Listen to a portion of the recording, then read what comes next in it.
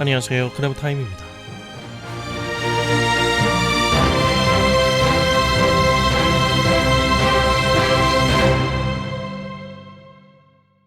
이곳이 여호와의 성전이라는 거짓말을 너희는 믿지 말라. 누가 이 성전문을 닫을 자가 있었으면 좋겠구나. 이 성전은 돌 위에 돌 하나도 남지 않고 철저히 무너질 것이다. 예레미야와 말라기 선지자가 쏟아놓은 하나님의 탄식이며, 그리고 그러한 이스라엘을 향한 예수님이 예언하신 하나님의 철저한 심판의 메시지입니다. 예수님과 선지자들의 탄식의 중심에 모순적이게도 성전이 있습니다. 이스라엘 백성들이 성전을 품고 상상했던 풍경과는 전혀 다른 하나님의 반응입니다. 이스라엘 가운데 하나님의 성전이 있기에 하나님이 없는 바빌론과 로마가 무너지는 것이 아니라 하나님의 백성이라 자부했던 자신들이 무너집니다. 이스라엘의 정체성을 떠받쳐 주었던 성전이 철저히 회파되고 예루살렘이 멸망합니다. 하나님의 임재의 본질이 뭉텅 빠져버린 성전은 더 이상 하나님의 성전일 수 없었던 것입니다. 오늘날도 다르지 않습니다.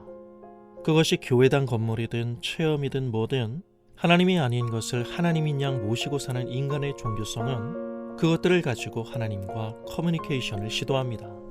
살아계신 하나님의 말씀이 아닌 기독교 신앙을 이용한 열심 무드 조성에 힘을 쓰는 그런 것으로 하나님을 감동시키는 데 승부를 걸겠다는 착각은 참으로 서글프고 불행한 일입니다.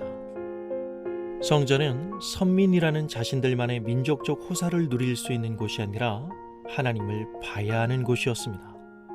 성전은 하나님 자신의 백성 가운데 함께 하시는 하나님의 임재의 표로서 하나님의 마음이 어디에 있는가를 듣고 하나님의 임재를 세상 가운데 유통하는 삶이 이스라엘을 부르신 목적이요 사명이며, 하나님은 이스라엘에게 그 순종을 요구하셨던 것입니다. 그래서 성경이 분명히 전달하는 성전의 본질에 대한 이해는 더욱더 중요합니다. 하나님은 그 이스라엘의 사명을 성취하시기 위해 예수님을 보내셨습니다. 인간의 손으로 짓지 아니한 하나님의 성전인 예수 그리스도 안에서 하나님은 그 아들을 힘입어 나아오는 사람은 누구든지 만나주십니다. 아브라함에게 약속하신 하나님 나라를 기업으로 얻는 그 복이 모든 민족의 복이 되게 하시기 위해서, 그 복이 나의 복이 되게 하시기 위해서 예수님께서 오신 것입니다. 그분의 구속사역을 통하여 성령 하나님께서는 예수 그리스도의 교회를 세우시고 그 교회를 통하여 하나님 나라 복음을 온 세상 가운데 유통하시는 이유입니다. 그래서 이스라엘을 통한 약속의 성취가 교회를 통하여 이루어졌다고 하여 교회를 새 이스라엘이라고 부르는 것입니다. 사도 바울의 말씀을 기억하시나요? 사도 바울은 이렇게 말합니다. 여러분이 하나님의 성전의 지성소요, 하나님의 성령이 여러분 가운데 계시다는 것을 모르신단 말입니까? 그러기에 우리가 서 있는 곳이 성전이며 하나님을 봐야 할 곳입니다. 더 이상 사람의 손으로 지은 성전은 없습니다. 성전은 건물이 아니라 하나님의 임재를 충만히 담아내는 하나님의 백성이기 때문입니다. 바로 성도입니다. 하나님의 임재 가운데 그분의 은혜를 중개하고 하나님의 통치를 드러내는 통로로서 성도는 하나님의 성전입니다. 그러므로 성도의 사명은 오늘도 사람과 세상을 향한 애끓는 하나님의 목소리가 되어야 합니다.